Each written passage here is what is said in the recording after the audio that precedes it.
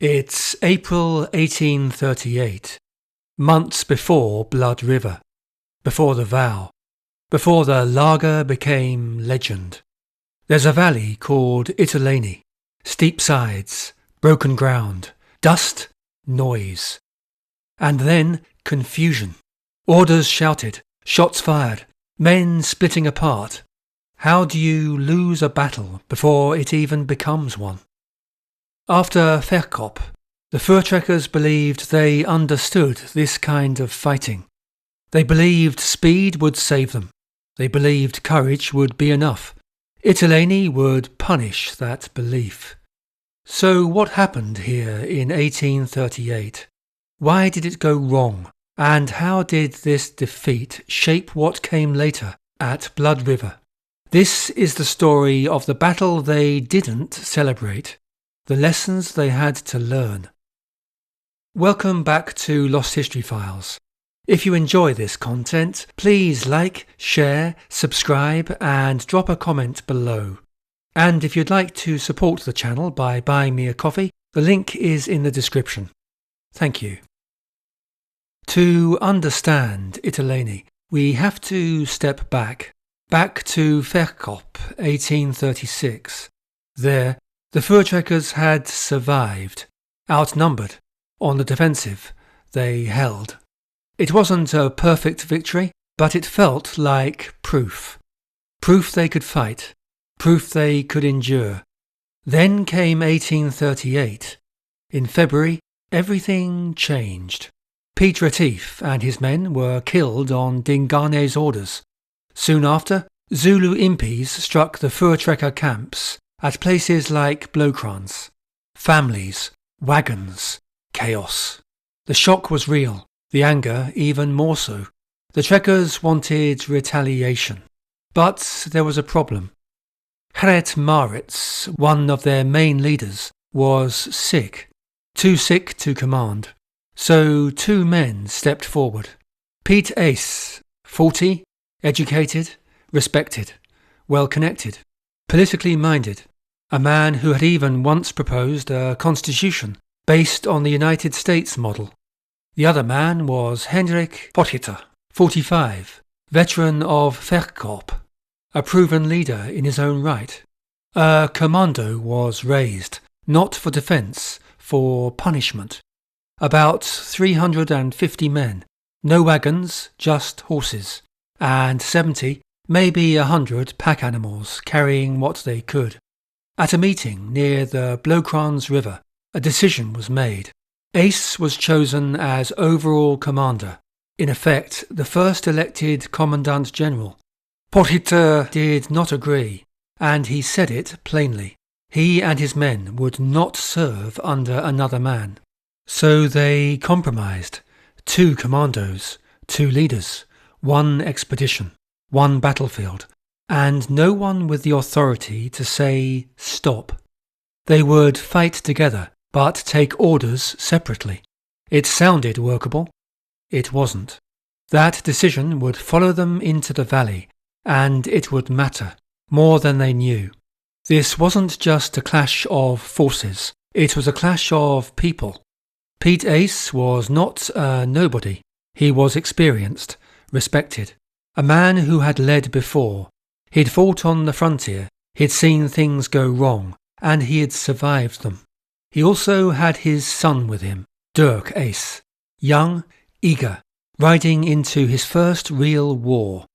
That matters, because men don't make the same decisions when their children are in the saddle beside them. Then there was Potgieter, hard, independent, a proven leader in his own right. Vegkop had made his name. There he had held the lager. There he had not broken. He wasn't used to taking orders, and he didn't intend to start now. And between them, Maritz, sick, unable to ride. A leader who should have been there, but wasn't. So the command fell into 2 hands, not 1. 2 strong personalities. 2 differing ideas of how this war should be fought. Neither willing to bend. Neither willing to step aside. And around them rode ordinary men. Fathers, brothers, sons, some chasing revenge, some chasing safety, some just following their commandant. No grand strategy, no unified plan, just anger, grief, and confidence left over from Vegkop. They weren't marching as one army, they were riding as two, and soon they would pay for that. They rode east, out of the broken farms, out of the smoke and fear of February, toward Zulu territory. They descended from the high ground into a basin of low ridges. Ahead of them, the hill of Italeni. Below them, the Unzalolo stream. Across the basin, the Reed Creek. And everywhere, dongas, gullies, broken rock. Bad country for horses. Worse country for command and control. In the distance, they could see Umgungunlovu, Dingane's capital, only a few kilometres away. And on a small hillock near the centre of the basin, Zulu warriors sat quietly on their shields, waiting. Scouts went ahead, messages went back and forth, but there was no single voice, no single plan. They were hunting, but they were also being watched, because this wasn't chance. Undlaka Sompis was here, and he was drawing them in. It starts with reports. Men ride back to Piet Uys. They've seen movement on the ridges, in the broken ground ahead. Uys listens, nods, and orders the advance. Dirk Uys is nearby, too young for how close he is to the front, but there anyway, riding with his father. Uys chooses the hill. Potgieter takes the force on the plain. The pack horses are left behind. Uys crosses the Unzalolo, then the Reed Creek, and rides up toward Italeni. He closes to barely a few dozen metres, orders his men to dismount. Fire. The first volleys tear into the Zulu line. Men fall, shields drop. A second volley, a third, with buckshot. The white shields waver, then they run. To Uys and his men it looks like victory. It isn't, it's bait.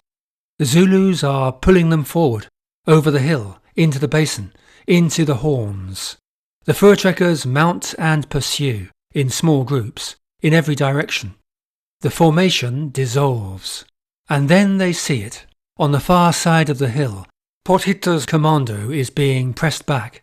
The right horn is closing, and to their side the left horn is already moving, fast, silent, cutting toward the neck near the Reed Creek. The Zulu trap is closing. Uys's men turn, too late. Potgieter sees the ground and doesn't like what he sees. Too narrow, too broken, too many places to die. He reins in. He tries to keep his men together. He sends a small party forward. They fire a volley. The Zulus charge. One man, Joseph Kruger, dismounts against orders. His horse panics. He never gets back into the saddle. Potgieter's men fall back towards the Unzalolo. Some are nearly trapped against the rock walls. They fight their way out.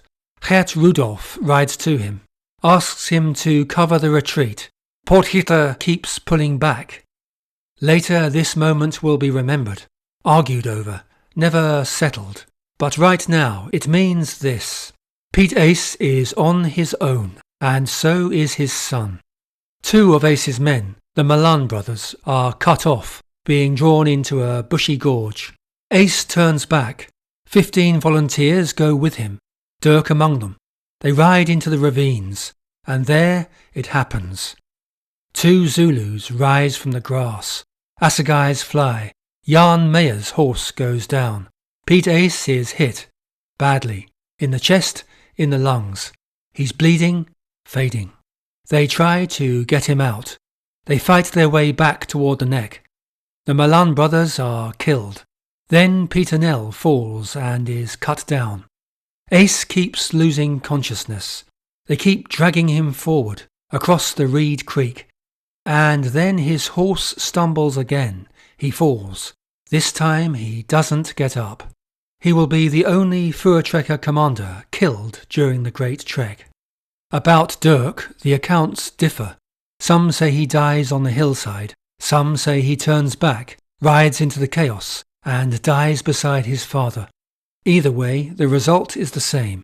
Father and son are gone. The rest of Uys's men scatter, fight, run. Some escape along the Unzalolo, some claw their way up out of the basin. And then it's over. The survivors regroup miles away. Men look at each other, count heads, say names. Too many don't answer. Piet Uys doesn't. Dirk Uys doesn't. This wasn't Vegkop. This wasn't a stand. This was a flight. Afterwards, people will call it the Vluchtcommando, the flight commando. But soon, in its quest for revenge, it will acquire a prouder name. Vegkommando, the fight commando. Italeni doesn't end in triumph. It ends in arguments, in silence, in men staring at the ground. Some blame the valley, some blame the plan, some blame Hendrik Potgieter. Some say he should have stayed. Some say he saved whom he could. Some say both. There's no clean answer. What is clear is this. The Voortrekkers leave Italeni shaken. Not just because they lost men, not just because they lost Piet and Dirk Uys, but because they lost an illusion. The illusion that courage is enough, that experience alone guarantees success, that you can ride into bad ground and force it to obey you. Vegkop taught them they could survive. It also taught them something else, that they were not alone in this, that Providence had not abandoned them. Italeni teaches a harsher lesson, that belief is not a plan, that courage is not command, that even a cause you think is just can be broken by bad ground, divided leadership, and a fight you don't control. They don't forget these lessons. Later in 1838, things are different. One command, one plan, one formation. The wagons drawn together, the ground chosen, the movement controlled. At Blood River, they don't go looking for a fight. They make the fight come to them. And in their minds, that victory is not just success. It's proof that this time they did not test Providence. They prepared. For nearly 2 centuries, no one knew exactly where the Battle of Italeni took place. Only recently was the site identified. 7 graves, still in the ground, still waiting to be fully understood. It's the battle they didn't celebrate, the battle they argued about, the battle that hurt to remember. Redemption would come months later at Blood River, but only because of Italeni. A valley of broken ground, broken plans, and lessons written in retreat.